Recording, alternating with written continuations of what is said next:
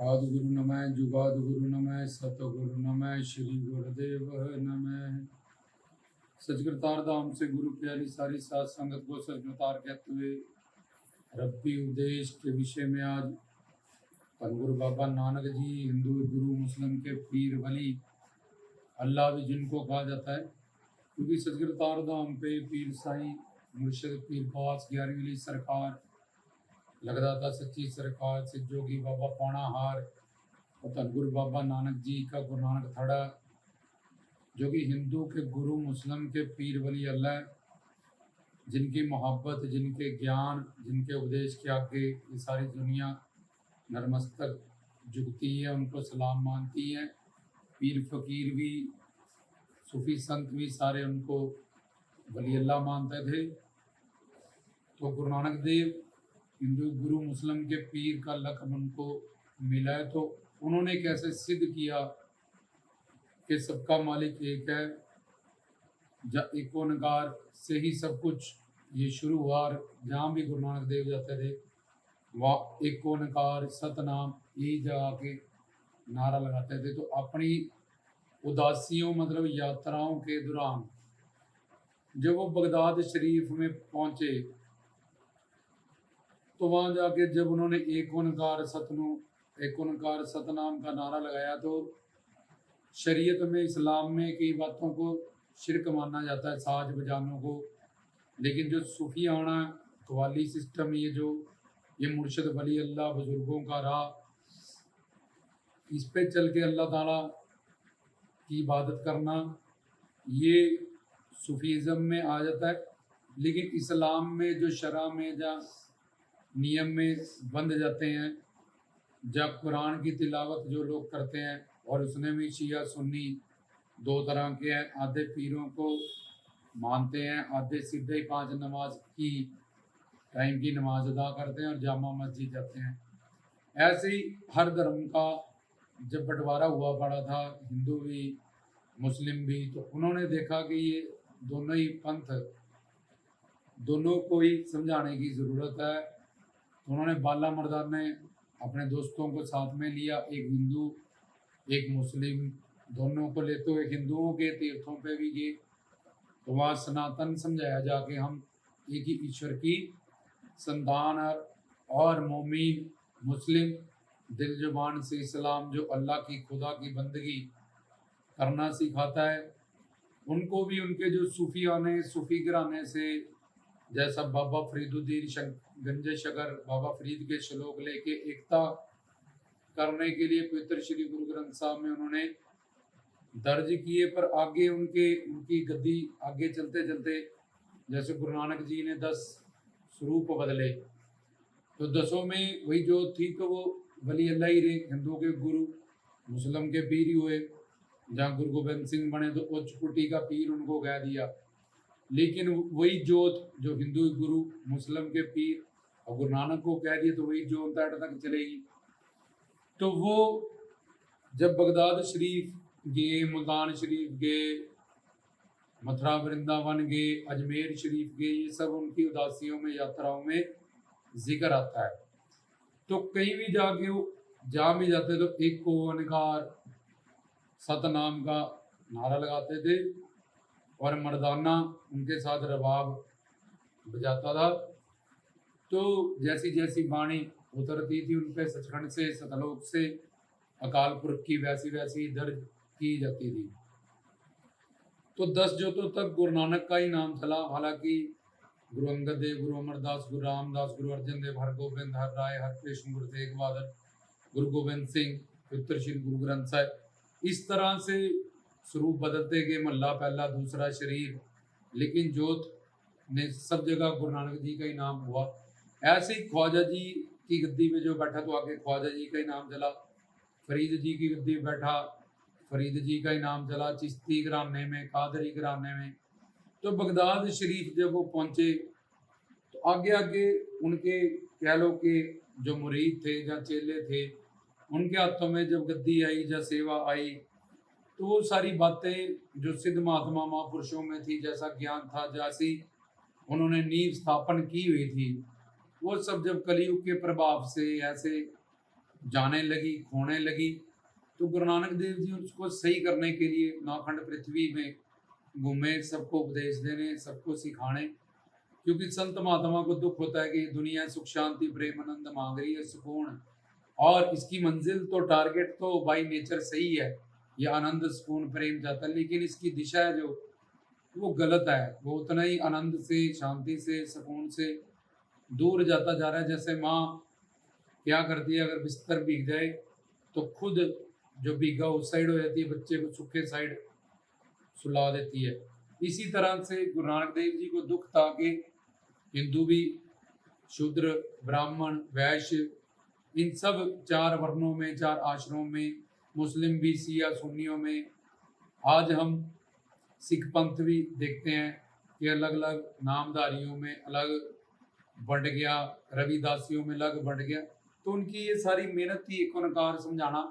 तो मूल बात जो हमने समझनी है कि उस टाइम के जो बाबा लोग अपने आप को खुद ही पीर फकीर औलिए जिन्होंने घोषित कर दिया था और आडंबर रचा रखा था गुरु की आड़ में, किसी पीर वली की आड़ में, तो उनको बड़ी जेलसी होती थी कि ये वली अल्लाह जहाँ भी जाते हैं ऐसा ज्ञान देते हैं वेदों शास्त्रों ग्रंथों से प्रमाणित कि सब इनके पीछे, इनकी बातों पे जो सुन लेता है वो समझ जाता है, और वो नकली पाखंड आडंबर से, कर्मकांड से बाहर निकल के आ जाता है और सच्चा ज्ञान की तरफ चलने लगता है, जिससे हमारा धंधा बिजनेस सारा जो धर्म की आड़ में चल रहा है, जो खुद ही अपने आप को हम वली अल्लाह घोषित करके बैठे हैं, हमारे सारे डेरा जब हमारा सारा जो भी हमने आडंबर रच रखा है वो सारा खराब हो जाएगा, खराब हो जाता है।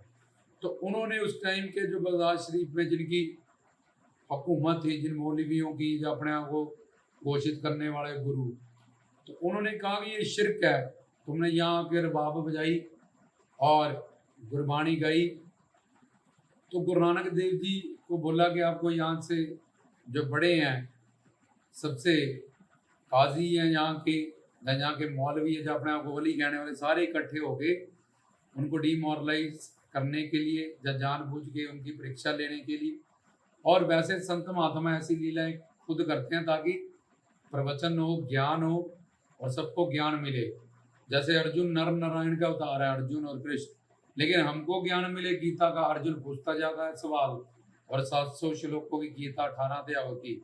ऐसे ही राजा परीक्षित और सुखदेव में भागवत का अनुवाद हुआ, तो 18,000 श्लोक राजा परीक्षित पूछते जा रहे हैं और राजा परीक्षित बताते जा रहे हैं, और सुखदेव राजा परीक्षित, अर्जुन के पुत्र, अभिमन्यु के पुत्र थे राजा परीक्षित, और सुखदेव परमहंस वो बताते जा रहे हैं, ज्ञान बांटते जा रहे हैं। जो वेद व्यास जिन्होंने भागवत लिखा उनके पुत्र थे, ताकि हमको ज्ञान मिले। हम पढ़े तो एक चेला बन जाता है, एक गुरु बन जाता है, एक पूछने लगता है। ऐसे पीर फकीर कई आधे तो नकली थे, लेकिन जो पूर्ण संत थे वहाँ के, वो भी समझते थे कि गुरु नानक हैं, इसी बहाने से कुछ तर्क करेंगे तो ज्ञान मिलेगा, नॉलेज मिलेगी, संगत को भी ज्ञान मिलेगा। तो इस विषय को लेते हुए हम तत्व ज्ञान, रवि उपदेश और बाबा जी की बात को भी समझेंगे और साथ में ज्ञान को भी समझेंगे। तो उन्होंने बोला कि ये तुमने जो नारा लगाया एक ओंकार सतनाम, तो ये बताओ कि आप ये कहते हो कि सब कुछ एक है, लेकिन हम इस बात को कैसे माने, इस बात को सिद्ध करके दिखाओ। तो उन्होंने कहा कि जाओ, तुम्हारे पास कुछ कौडियाँ होंगी या अशरफियाँ होंगी, जब कुछ भी गिनती का सामान होगा वो ले आओ। तो उन्होंने कहा कि ठीक है, जैसे ये वली अल्लाह कह रहे हैं, इनकी बातों को, इनसे ज्ञान प्राप्त करने के लिए जो कहा, तो उन्होंने उस वक्त सिक्के कह लो, शर्फियाँ कह लो, कौडियाँ कह लो, गिनती करने के लिए उनको अशरफियाँ दी। तो पहले तो जो नकली सोचने लगे, आप एक प्रश्न पूछा तो पहले ही कीमती मानने लगे, बोले अशरफियाँ हैं तो ले आओ, ये भी अपने जैसे ही होंगे, पैसे इकट्ठा करने वाले धर्म की आड़ में, दसवंध इकट्ठा करने वाले और अपने प्रॉपर्टीज बना के अपने ऐश प्रस्ती करने वाले घर परिवार में। तो उन्होंने कहा कि तुम यहाँ के गुरु पीर पैगंबर साईं हो, तो इन अशरफियों को, सिक्कों को तुम गिनो मेरे सामने। तो उन्होंने 1 2 3 4 5 जब गिना तो गुरु नानक देव जी ने कहा तुमने गलत गिना, तुम अपने आप को गुरु पीर पैगंबर कहते हो, सही गिनो। उन्होंने बोला शायद गलती होगी, फिर से गुना 1 2 3 4 5। तो बोला फिर गलत हो, फिर गिना फिर गलत हो। तो उन्होंने बोला अब हम जहाँ गलत हो हम इरिटेट हो रहे हैं बार बार कि हम तो सही गिन रहे हैं, वहीं पे हमारी बाजू को पकड़ लेना। तो उन्होंने एक जब वो सिक्का रखा अशरफी, तो गुरु नानक देव जी ने बाजू उनकी पकड़ दी और बोला पीछे से गिनो। बोले जी पीछे से हम कैसे गिन सकते हैं, 1 के बाद 2, 2 के बाद 3, 3 के बाद 4, 1 के पीछे तो 0 होता है, कुछ नहीं होता। तो बोले जब तुम ये बात जानते हो कि 1 के पीछे कुछ नहीं होता, 1 से ही सब कुछ होता है, तो हम भी तो ये कह रहे हैं कि एक ओंकार सतनाम वो एक ही ईश्वर है, जिसने 1 से 2 एक शक्तिमान, दूसरी उसकी शक्ति 3 गुणी त्रिगुणात्मक माया और धर्म अर्थ 4 मोक्ष, ये 4 पुरुषार्थ, 5 ज्ञान इंद्रिय, कर्म इंद्रिय, 5 प्राण, 6 शास्त्र, 7 ऋषि, इस तरह से कि उसी एक से सब कुछ प्रकट हुआ। जब तुम इस बात को खुद मानते हो और जानते हो कि एक के पीछे कुछ नहीं होता, तो why are you asking from me, तुम मुझसे क्यों पूछ रहे हो कि कैसे सिद्ध करो और बताओ एक के पीछे। तुम खुद जब जाते हो कि एक के पहले कुछ नहीं होता, एक से ही एक, वो एक सत्य संकल्पा शक्ति से शक्ति शक्तिमान 2 रूप बनता है और माया को त्रिगुणात्मक माया से संसार की रचना करता है। धर्म अर्थ काम मोक्ष, ये 4 पुरुषार्थ हमें सौंपे जाते हैं। उनको कोई जवाब नहीं आया कि ये बात तो बिल्कुल सही उन्होंने की। और ज्ञान दृष्टि से भी ईश्वर से ये 5 तत्व प्रकट हुए हैं। जैसे ये धरती ये पानी में मिल जाएगी, पानी जब प्रलय होगा तो अग्नि हजारों करोड़ों सूरजों का प्रकाश होगा, अग्नि से ये जल जल जाएगा, वायु से अग्नि शांत होएगी, वायु आकाश में समा जाए, आकाश माया के अहंकार तत्व में, अहंकार माया, माया महान तत्व और महान तत्व जाके उस परमात्मा वाहेगुरु अल्लाह खुदा जिसको कहते हैं उसमें समा जाएगा। ये बात हम और ज्ञान को समझने से, तो वो सबका उसकी वजह से सब कुछ हो रहा है, लेकिन वो अकारण करूं, उसका कोई कारण नहीं, वो करता है सब उसकी कृत। आगे हम कर्ता पुरख नाम व्याख्या में आपको समझाएंगे। तो इस तरह से इसको और विस्तार से हमने समझाया। तो उन्होंने सिद्ध किया कि उसी एक से ही ये सब कुछ हुआ है, उनको मानना पड़ा। तो अब उन्होंने कहा कि ये एक है जो वो रहता कहाँ है, आपका ईश्वर खुदा अल्लाह वाहेगुरु ओंकार जिसको आप कहते हो, ये रहता कहाँ है ये बताओ। उन्होंने कहा इसको जानना है तो मुझे दूध पिलाओ, क्योंकि गुरु नानक देव जो ज्ञान देते थे वो आय पंथी सगल जमाती, आय पंथी होता फकीरो संतो महात्मा हुआ, जिससे कबीर जी आए, गुरु नानक जी आए। आय पंथी सगल जमाती, सगल जमाती मतलब रविदास, नानक, फरीद, कबीर, कह रहे हैं ये सारे मेरे क्लास फेलो हैं। आय पंथी सगल जमाती, जुगत डंडा, युक्ति एग्जाम्पल ज्ञान से वो समझाते थे जो संसार में हमारे साथ हो रहा है, हमारे सामने है, प्रत्यक्ष है। तो उन एग्जाम्पलों से जीव जल्दी समझ जाता है। अगर मैं भाषा बोल लूंगा इस्लाम की ला युकल फिल्ला अल्हम्दुलिल्लाह, तुम्हें कुछ समझ नहीं आए। संस्कृत बोल लूंगा तब भी तुम्हें ओम त्र्यंबी, तब भी तुम्हें समझ में नहीं आएगा। अरबी, फारसी, पश्तो, तो इतनी भगवान के वहाँ भाषावाद नहीं है कि इस भाषा में बोलोगे तो वो ज़्यादा खुश हो जाएगा, इसमें बोलोगे तो वो कम खुश होएगा, इंग्लिश में बोलोगे लव इज गॉड, जहाँ पंजाबी में बोलते रब्बा मैं तेरे नाल बड़ा प्यार करता है, मैं देती हूँ तुम्हें तारे गानी। ये सब बातें हमारे इधर की बनाई हुई है, वहाँ कोई भाषावाद नहीं, जात नहीं, बात नहीं, धर्म नहीं, पात नहीं, वर्ण नहीं। तो उन्होंने कहा कि ये एक रहता कहाँ है, तो बोला एक को कहाँ रहता है जानना है तो मेरे को 1 गिलास दूध पिलाओ। तो उन्होंने कहा देखो बाबा, वही जो नकली थे, पहले पूछा तो अशरफियाँ सिक्के मांगने लगा, अब पूछा तो ये दूध मांगने लगा पीने। तो क्योंकि वो हर बात कोई प्रैक्टिकली एग्जाम्पल से समझाना चाहते थे ताकि बड़ी आसानी से कोई अंगूठा छाप कोड़ा अनपढ़ भी हो, जिसको ABCD भी नहीं आती हो धर्म की, वो भी बड़ी आसानी से उनकी बातों को समझ ले। तो उन्होंने कहा दूध लाओ, और दूध जब लाया तो उन्होंने फेंक दिया कि ये पवित्र नहीं है, ये साफ नहीं है, मैं इसको नहीं पीऊंगा, फिर से लेके आओ। तो उन्होंने कहा अपने चेले बालकों से, मुरीदों से कि ये दूध गंदा है, कुछ पड़ गया होगा, फिर से लाओ। फिर से लाए, फिर से फेंक दिए, फिर से लाए, फिर से फेंक दिए। उन्होंने कहा गुरु नानक देव जी, हमारी तुम हमें बेइज्जत कर रहे हो, ये दूध बिल्कुल साफ और प्योर है, हम बिल्कुल अपने सामने ला रहे हैं साफ बर्तन में। बोले नहीं, इसमें मिलावट है। तो उन्होंने बोला आप बताओ कि इसमें फिर क्या मिलावट है। बोले इसमें देसी घी है। बोले देसी घी? बोले हमें तो कहीं दिख नहीं रहा। पहले सोचो, इसको गर्म करोगे तो मलाई आएगी, हाँ, मलाई रिड़कोगे क्या आएगा? मक्खन। मक्खन को जब तुम तपाओगे तो क्या होगा? देसी घी।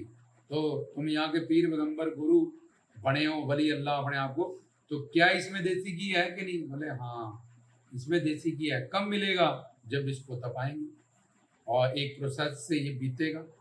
ऐसे ही तुमने पूछा है वो एक ओंकार परमात्मा अल्लाह हुए गुरु कहाँ रहता है? वो बंदा बना के, बंदा बंदगी से, गंदा गंदगी से, वो हमारे अंदर रहता है। मंदिर, मस्जिद, दरगाह, गुरुद्वारे, मस्जिद, ये सब उसको समझने के लिए है, लेकिन वो सर्वव्यापक भी है, हर जगह मौजूद भी। और वो ईश्वर अल्लाह खुदा हमारे जैसे दूध में वो सर्वव्यापक होके ये घी समा गया है, तिल में तेल, फूल में खुशबू, ऐसे ही वो सर्वव्यापक प्रेता हमारा अल्लाह वाहिगुरु सर्वव्यापक भी है और हम में रहता है। जब हम साधना करते हैं, भक्ति करते हैं, गुरु के पास जाते हैं, तब हम इस शब्द से उस शिव तक पहुंचते हैं, जपजी से आनंद तक पहुंचते हैं। ऐसे ही, क्योंकि वो संसार प्रत्यक्ष है, वो परोक्ष है, उसके लिए दिव्य आंख, दिव्य ज्ञान, दिव्य अंतःकरण चाहिए, लेकिन वो सर्वव्यापक है, हर जगह रहता है। जैसे दूध में घी व्यापक है, ऐसे ही मेरा अल्लाह वाहिगुरु एक ओंकार साधना करने से, भक्ति करने से, ज्ञान पाने से वो नजर आता है। जब गुरु की कृपा होती है, ईश्वर की कृपा होती है, हमें सच्चा ज्ञान मिलता है, तो लोग उसको समझते हैं, जानते हैं, पाते हैं, दर्शन दीदार करते हैं। तो यहाँ पे भी उनकी हार हुई। तो अब उन्होंने कहा कि अब कोई इतना मुश्किल सवाल करो कि ये जवाब ही ना दे पाए इसका। तो उन्होंने कहा कि ये जो एक ओंकार है जो हमारे अंदर रहता है, और सायुज्य संबंध से हमने बताया था कि आत्मा परमात्मा में, हृदय में आत्मा और परमात्मा एक बालक बैठे हैं। आत्मा परमात्मा में, परमात्मा आत्मा में, परमात्मा के कारण ही आत्मा में जीवित्व शक्ति है, जिसके कारण आंख में देखने की, कान में सुनने की, जीवा में रस लेने की शक्ति है। ये सब उसी आत्मा परमात्मा का खेल है जो हमारे अंदर चल रहा है, लेकिन हम अपने आप को शरीर जानते हैं, इसलिए हमें पता नहीं है। तो तीसरा प्रश्न, हम प्रश्न पे ही फोकस करेंगे। उन्होंने बोला कि वो करता क्या है जो ऐसा अल्लाह खुदा वाहिगुरु एक ओंकार ईश्वर है, वो क्या करता है? कोई काम भी करता है कि फ्री रहता है सारा दिन? तो उन्होंने कहा देखो, तुम गुरु अपने आप को कहते हो, पीर कहते हो, वली कहते हो, महात्मा कहते हो, यहाँ के इतने चिल्ले बाढ़ के तुमने इकट्ठे कर रखे हैं, डेरे आश्रम बना रखे हैं, तो तुम्हें इतना नहीं पता कि जिससे ज्ञान हम पाते हैं उनका दर्जा ऊंचा होता है, और जो ज्ञान सुनते हैं वो शिष्य होते हैं, उनको उनकी शरण में बैठना पड़ता है। तुमने मुझसे 2 प्रश्न पूछे, मैंने उनका जवाब दिया, तुमने इतनी महफिल लगाई, लेकिन अब जब तुम अपने आप को गुरु कहते हो, तुम्हें पीरी मुरीदी मर्यादा का पता है, गुरु शिष्य शिष्टाचार पता है, तो तुम मेरे को एक गद्दी पे बिठाओ और तुम नीचे बैठो सीखने के लिए शिष्यों की तरह, तो हम आपको फिर तब ये जवाब देंगे। उन्होंने ऐसे ही कहा कि यार ये जवाब तो हमने अंदर के हमने खोज लिया, कुरान में, ग्रंथ में, पंथ में पागल हो रखे हैं अपनी खोपड़ी में, ये सवाल जो चलते रहते हैं, किसी ने इसका जवाब भी नहीं दिया, तब तक हम परेशान, और किसी ग्रंथ पंथ से हम खुद समझ में नहीं आ रहे, तो क्या करें। 2 सवाल तो इन्होंने बहुत सच और टिकाऊ दिए जो एकदम सत्य हैं, इसको जुटलाया नहीं जा सकता। वेद शास्त्रों ग्रंथों से ही प्रमाणित एग्जाम्पलों से इन्होंने सिद्ध करके बताया। तो उन्होंने ऐसा ही किया, सारे गुरु नानक देव जी को एक गद्दी पे बिठा दिया और सारे उनकी शरण में हाथ जोड़ के सत्कार स्वरूप बैठ गए कि ये कोई ज्ञानी पुरुष हैं, ज्ञानी ध्यानी हैं। तो उन्होंने बोला अब पूछो तुम्हारा क्या सवाल है। बोलो कि गुरु नानक देव जी, ऐसा जो एक ओंकार सतनाम स्वरूप वाहिगुरु अल्लाह ताला खुदा है, वो आपने बताया कहाँ रहता है, और ये बताया कि वो एक है, वो करता क्या है। तो उन्होंने कहा मेरा वो अल्लाह वाहिगुरु, मेरा ईश्वर यही काम करता है, नीचो ऊंच करे मेरा गोविंद। जो पूर्ण संत होते हैं, सतपुरुष होते हैं, जिनमें ज्ञान ज्योत होती है, वो उनको ऊंचा कर देता है। और तुम जैसे जो जुम्ने पखंड आडंबर और ये सब गुरु की आड़ में बस गुरु बनने की वासना में करना पटरो दोष जो होता है, तुम्हें पीछे बताया था, ये डेरे बना लिए, आश्रम बना लिए, इन्हें चेले इकट्ठे कर लिए, भीड़ इकट्ठी कर ली, पैसा इकट्ठा कर लिए। एक दिन चोरों को मोर पढ़ते हैं, वो कहता है नीचो ऊंच करे तू मेरी चर्चा कर, जिक्र कर ज्ञान बांट, मैं तेरा नाम बनाऊंगा। अल्लाह वाहिगुरु कहता है मैं तेरी चर्चा करूंगा, मैं अपने भक्तों की भक्ति कहता हूँ, मेरे को वो इतना प्रिय है जो मेरा ज्ञान बांटे, मेरा प्रचार करे, इतना प्रिय तो मुझे कोई भी नहीं है। इसलिए उन्होंने कहा वो मेरा ईश्वर अल्लाह मौला खुदा यही करता है, नीचो ऊंच करे मेरा गोविंद। जो उसको जानता है, उसको समझता है, उससे जुड़ जाता है, उसकी खोज करता है, वो उसको महान करता है, उसके जीवन को, उसकी कीर्ति को वो महान करता है, अपनी शक्तियां उसको प्रदान करता है, सत शक्ति, चित्त शक्ति, आनंद शक्ति, अपनी सारी बेअंत शक्तियां वो अल्लाह वाहिगुरु अपने उस संत को, महापुरुष को, उस ब्लेस्ड डिवाइन को, उस सतपुरुष को, पीर पैगंबर को, ऐसे जोगीनाथ को वो देता है और उसका नाम बनाता है और करता है, और उनके रूप वो धर्म की एक बार फिर से स्थापना करता है। पाखंड का, झूठ का, अधर्म का, कर्म कांड का, वहम का, भ्रम का नाश करता है। तो ये था गुरु नानक देव जी ने कैसे सबका मालिक एक है और एक ओंकार को जाके जगह जगह किस तरह से सिद्ध किया, और उनसे पूछे जाने वाले सवालों को उन्होंने कितना अच्छा खूबसूरती से जवाब दिया, जो कि सारी संगत, गुरु प्यारी संगत जो सुन रही है वो सुने, निहाल हो जाएं।